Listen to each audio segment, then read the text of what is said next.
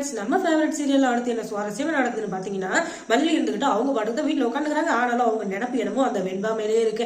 அவங்க எப்ப பார்த்தாலும் வெண்பா பத்தி நினைச்சிருக்காங்க. விஜய பத்தி கூட நினைக்கல. அவங்களுடைய பொண்ணு மாதிரி வெண்பாவை தான் நினைச்சிட்டு இருக்காங்க.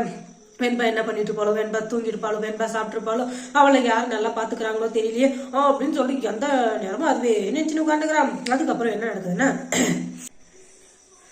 வெண்பாவே நினைச்சிருந்ததுனால திடீர்னு திரும்பி பார்த்தா மல்லியம்மா ஒரு சவுண்டு. யாரா அப்படின்னு திரும்பி பார்த்தா வேற யாரும் நம்ம வெண்பா மல்லியம்மா எனக்கு உன் ஞாபகமாவே இருக்கும் அப்படின்னு சொல்லிட்டு அவ சொல்ல, நீ எப்படி இங்க வந்த அப்படின்னு சொன்னதும், நான் நீங்க எங்க இருந்தாலும் வருவேன் அப்படின்னு சொல்லிட்டு அவ சொல்ற உடனே, உனக்கு எப்படி இந்த இடம் தெரியும் அப்படின்னதும், நான் உங்க மேல உண்மையான பாசம் வச்சிருக்கேன். அதனால நீங்க எங்க இருந்தாலும் உங்களை தேடி வந்துருவேன்.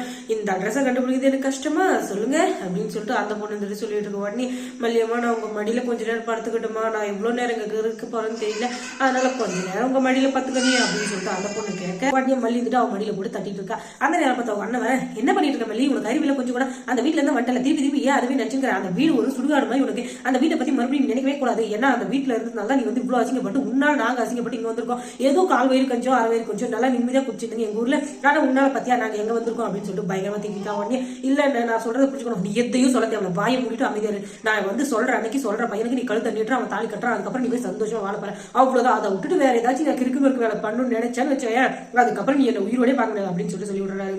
உடனே மல்லிக்கு என்ன பண்றது தெரியும் அப்படின்னு சொல்லிட்டு அமைதியா ஒரு மூலையில உட்காந்துருக்கா. அதுக்கப்புறம் உங்க ரெண்டு பேரும் தூங்கிட்டதுக்கு அப்புறம் இவன் என்ன பண்றாங்க அதுவே யோசிச்சுருக்கிறவன் திடீர்னு எழுந்து நம்ம எப்படியாச்சும் போய் வெண்பாவை பார்த்துட்டு வந்துடும், அவன் நல்லா இருக்கலான்னு மட்டும் பார்த்துட்டு உடனே வந்துடும் அப்படின்னு சொல்லிட்டு இவன் கடகடன்னு கிளம்புறா. அந்த நேரம் பார்த்து அவன் அண்ணனும் தூங்கிட்டு இருக்கேன். இவளுக்கு எதுவுமே தெரியாதுன்னு சொல்லிட்டு பாட்டி வந்து போயிடுறா.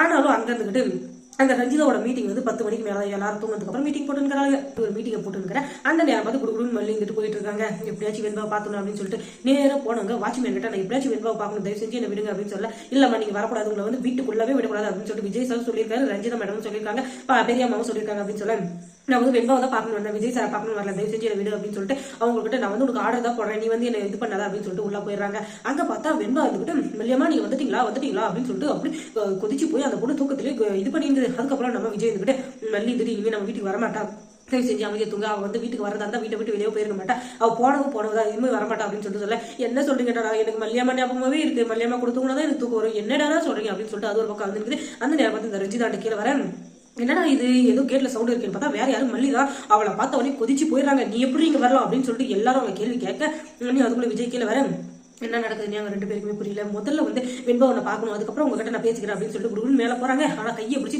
தண்ணி இழுத்து வெளியே விட்டுறாங்க நம்மளுடைய அந்த ரஞ்சிதா. அவளாலதான் இப்ப மல்லி வெண்பாவை பார்க்க முடியாது. விஜய்க்கு போய் பார்க்கணும் அப்படின்னு சொல்லிட்டு சொல்லலாம்னு தோணுது. ஆனா இப்பதான் நம்ம வெண்பாவை சமாதானப்படுத்திட்டு வந்திருக்கேன். இவளை மட்டும் விட்டோம்